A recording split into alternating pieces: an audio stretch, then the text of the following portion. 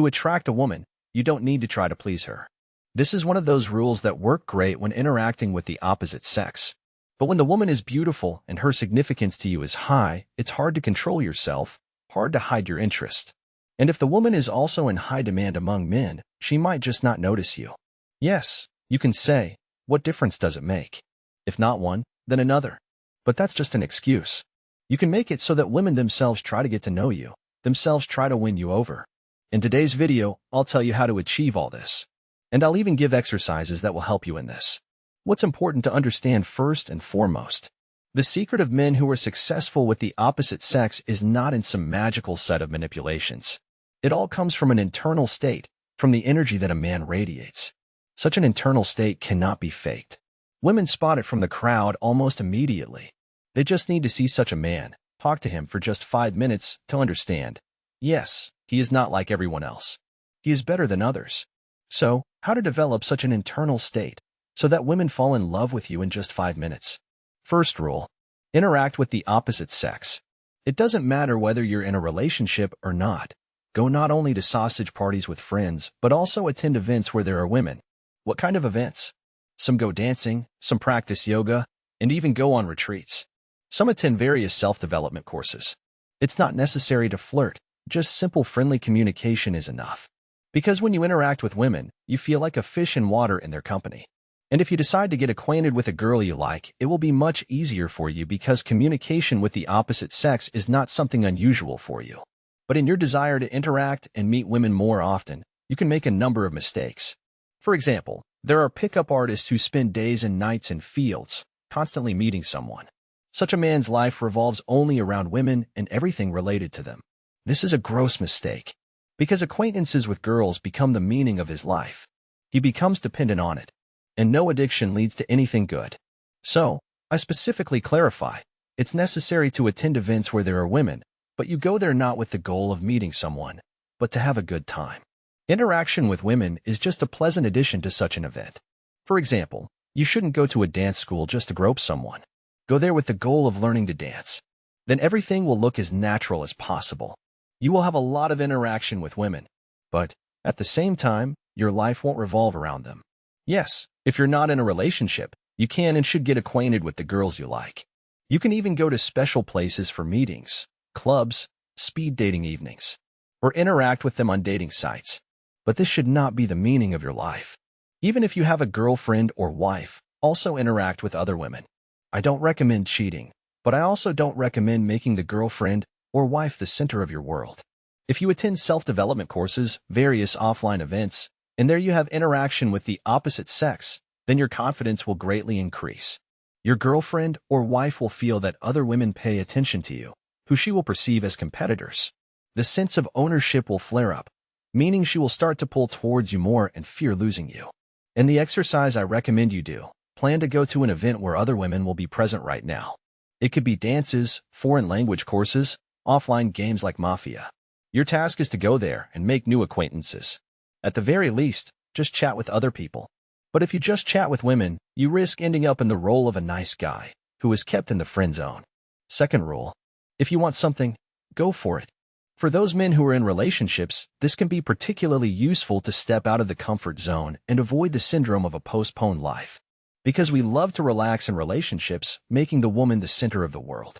We forget about friends, hobbies, sports. We just go to work. So when you want something, don't put it off for later. Now let's talk about men who are not in relationships.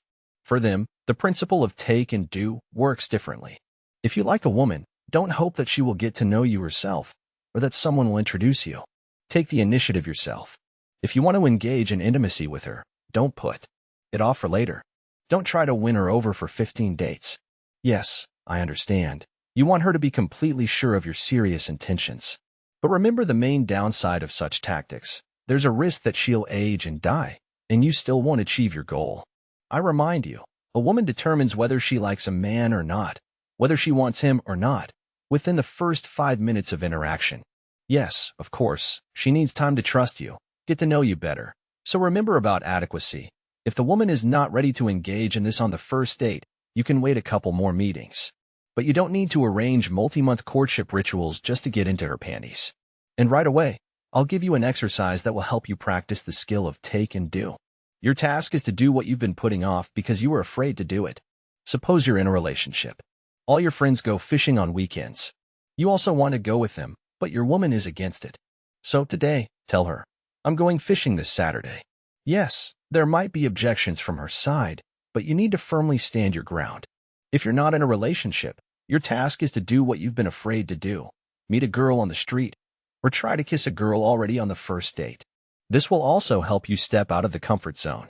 It's not guaranteed that you'll succeed right away, as it takes time to practice a skill.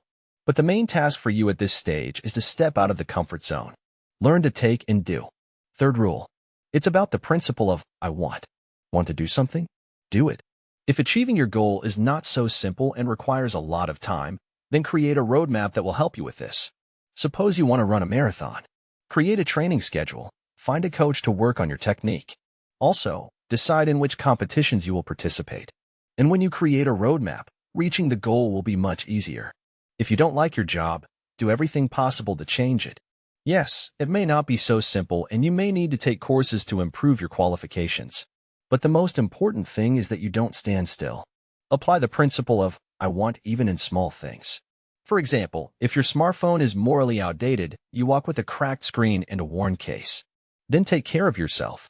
Go to the store and buy a new phone. If you don't have the money, at least change the case and protective glass. The same applies to your clothes, hobbies, interests. Do what you want, not postponing it for later. And why do men who adhere to the principle of, I want, appeal so much to the opposite sex? Because they know what they want. They don't stand still, they develop, and this is the best proof that such a man has an inner core. Due to this, a woman understands, with such a partner, she won't have to act as a mommy, as he can independently solve arising problems. But also remember, there are constructive and destructive desires. Constructive desires contribute to self-development. Destructive desires lead to degradation. An example of destructive desires. You're trying to lose weight, but despite this, you continue to eat your favorite chocolate rolls before bed because you like it. You want to quit smoking, but go and buy another pack of cigarettes. Did your girlfriend break up with you? You understand that you shouldn't chase after her. But still, you go to the store for a bouquet of flowers. Then you drive to her house and ask her for one more chance, hoping that she will melt. These are all destructive desires, which will bring you relief at the moment, but will create many problems in the future. Therefore, the principle of, I want only works in relation to constructive desires that will improve your life in the long run. An example of such desires is finding a higher-paying job, updating your wardrobe, breaking free from pornography addiction, and so on. Now the exercise. Write down 3 constructive desires, 2 of which are relatively simple to achieve. For example, finally tidy up the apartment, throw out those things that have long belonged in the trash, and plan the purchase of new ones. Also, write down 1 task that will take some time to achieve. As I've already mentioned, it could be some sports goal, looking for a new job, or learning a foreign language. It's important to do this so that you learn not only to achieve simple goals, but also not to lose your way when facing difficult tasks. And if you want to know a not-so-obvious reason why we sacrifice our desires for others and postpone everything for later, watch my episode titled, This Video Will Change Your Life. 4th rule. If you're interacting with a woman, be interested in her as a person. Why is this so important? Most men, when they see an attractive woman, switch to one of 2 modes, either the get-laid mode or the please mode. At that moment, the man tries to show his best side, say what the woman wants to hear. Therefore, he talks about how good, correct, strong, and goal-oriented he is. He deliberately chooses topics for discussion that, in his opinion, should be most interesting to the woman: travel, psychology, hobbies. And if the topics for discussion run out, he simply asks the woman about everything in a row. And what's the problem? At such a moment, the man is very tense because he constantly thinks about how to make a good impression on his interlocutor. I recommend doing it differently. When interacting with a woman, don't try to please her. Try to discuss topics that are interesting to both you and her. You can even talk about what she likes if, of course, it interests you. For example, when I was not yet married, I went on a date with a girl, a master of sports and rhythmic gymnastics. As a former athlete, I was interested in how the training process for gymnasts goes. In turn, I told her how swimmers train. We talked about this topic for quite a while. Shared stories that happened to us in sports camps, laughed, joked, even argued. And what happened? I wasn't performing some ritual. I was communicating with the girl on a topic that was interesting to both of us. I shifted the focus of the goal and didn't strive to please her. I focused on enjoying our conversation, not performing some ritual in the hope of pleasing her. What's the main advantage of such relaxed communication? The woman can relax and trust you. And what do most men do on the first dates, especially when the girl is liked? They engage in self-presentation. The girl understands this perfectly and looks down on such a man. Or she also turns on presentation mode and can't relax either. This all hinders unstrained communication. So it's very important that you both relax. And since during a trusting conversation, the woman opens up and exits the demo mode, you can get to know her better. And I'll immediately tell about a common mistake. On a date, you don't need to talk only about the woman. Don't discuss topics that are only interesting to her. At least half the time you should talk about yourself. Otherwise, you'll turn into a free personal psychologist and end up in the friend zone. Now the exercise. When talking to a girl, wife, or just an acquaintance, try to discuss a topic that is interesting to both you and her. Then change the topic of conversation to something standard and boring. Talk about the weather, politics, work. See how the woman's state changes at that moment. Then write the result in the comments. Fifth rule. The principle of exchange. Only communicate with people from whom you get a response. Unfortunately, when interacting with a liked girl, most men behave completely differently. We're ready to sacrifice any of our principles to achieve and keep her. We're ready to shower her with gifts, turn a blind eye to her haughty behavior, and even ignore the fact that she flirts with other men. It turns out you invest much more in the woman than you receive in return. For you, being next to her is already a priceless reward. Of course, such actions destroy your self-esteem. Therefore, if you realize that a person is blatantly using you or communicates with you disrespectfully, you stop interacting with them.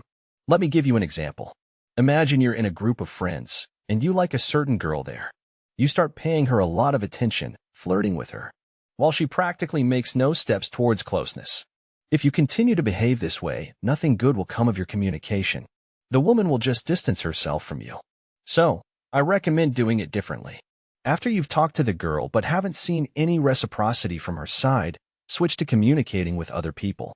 Find a few like-minded people in the group with whom you'll communicate. Ideally, if you take leading positions in this group. And with the girl, interact mirroringly. She talks to you. You respond, then, after some time, you can start a dialogue with her. Meanwhile, don't forget to communicate with other people. It turns out, you're not betting on interesting her and making an impression. On the contrary, you're not trying to please anyone, and you pursue one simple goal from interacting with other people, to have fun. As a result, the girl sees that you're a confident, charismatic man, and she herself is drawn to you. Yes, this is an important quality. Being able to look at a woman with a sober view. Because if you're trying to please her, then the main question that concerns you is how to please her. And if you look at her with a sober view, then you're concerned with a completely different question. Namely, should I continue to interact with her or not? In such a case, you'll be able to refuse a woman who is not ready to do something for others, who only thinks about herself, who is used to using men to achieve personal goals. This principle will help filter out manipulators and egoists, and not fall into love dependency on a problematic woman. Now the exercise. Try to find in your environment those people who blatantly use you, and whom you can't say no to. It doesn't matter. It's a friend, another friend, or even someone from relatives. The next time such a person asks you for something, politely refuse. So, follow the 5 principles I've talked about in today's video, and you'll be respected in the group, and also become a magnet for women. Because your behavior will demonstrate confidence, calmness, and adequacy. This won't be just some social mask, it'll be your natural state. I hope this video was helpful to you.